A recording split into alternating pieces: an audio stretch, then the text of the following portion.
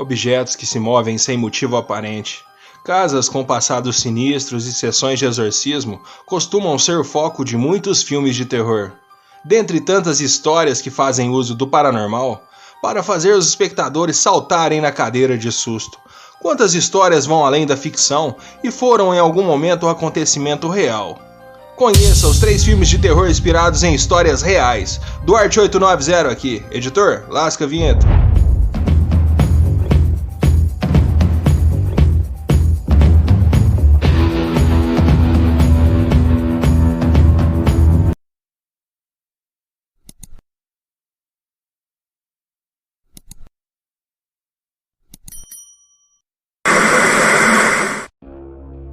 Horror em Amityville. Dirigido em 1979 por Stuart Rosenberg, o filme conta a história de um casal que se muda para uma casa em Amityville, Nova York, onde ocorreram vários assassinatos e após presenciarem uma série de manifestações estranhas, eles fogem da casa. Em novembro de 1974, Ronnie Defoe, de 24 anos, matou de forma metódica os pais e os 4 irmãos e irmãs enquanto eles dormiam. Pouco mais de um ano depois, em 1975, George e Kate Lutz se mudaram para casa no estilo colonial de 3 andares. Resolveram não dar muita importância aos acontecimentos ocorridos na propriedade, mas, por precaução, mandaram chamar um padre para benzê-la. Embora os relatos sobre supostos eventos paranormais na casa tenham variado com o passar do tempo, foi a partir deste momento que eles dizem ter começado a narrar acontecimentos muito estranhos. De acordo com os relatos de George Lutz, a imprensa local, o padre que foi abençoar a casa, teria sentido uma bofetada e ouviu alguém dizer, "Vá embora". O casal também afirmou sentir cheiros estranhos e frio constante dentro da casa. Em outros incidentes, disseram que as camas de seus filhos se moveram de maneira inexplicável e que George acordou no meio da noite e viu a esposa levitar. Apenas 28 dias depois de terem se mudado, a família fugiu de casa, deixando todos os seus pertences para trás. Dentre os livros que foram escritos sobre a Amityville e os diferentes filmes que foram feitos, é difícil saber que partes foram verdade.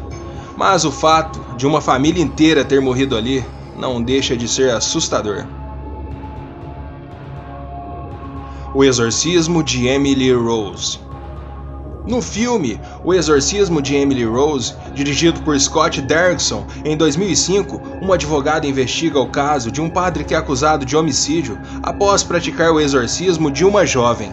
Ao se aprofundar no caso, a advogada Erin Brunner, interpretada pela atriz Laura Linney, percebe pouco a pouco que o que aconteceu com a falecida Emily Rose talvez não possa ser explicado logicamente. Na realidade, a personagem Emily Rose é baseada em uma jovem alemã chamada Anneliese Michel, estudante de educação da Universidade de Würzburg. Durante sua permanência no dormitório da instituição, começou a apresentar sinais de comportamento anormal, segundo relatos do caso que chegaram à imprensa internacional em 1976, após a morte de Anneliese.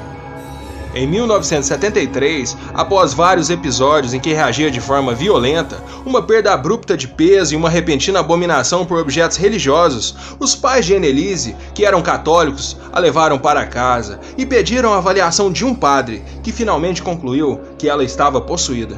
Conforme as regras da igreja, o padre mandou chamar um especialista exorcista, um padre jesuíta chamado Adolf Rodenk, que relata um artigo de jornal do The New York Times de 42 anos atrás. 2 padres jesuítas participaram do exorcismo e gravaram suas sessões com Anneliese em 43 fitas. Segundo relatos, as únicas testemunhas foram os pais da jovem.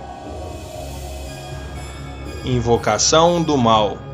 Como muitos outros filmes de terror, Invocação do Mal de James Wan começa com uma família se mudando para uma nova casa espaçosa e misteriosa, com a ilusão de viver em um lugar incrível, e não é preciso nem dizer o que acontece, se transforma em um pesadelo. No filme de 2013, o primeiro sinal de alerta para Roger e Caroline Perron foi quando seu cachorro se recusou a entrar na casa de campo. Após uma série de eventos arrepiantes que inclui ruídos inexplicáveis, objetos que se movem sozinhos e sensações estranhas, o casal decide chamar os investigadores Ed e Lorraine Rowan, que na verdade já trabalharam em vários casos, como o caso de Amityville.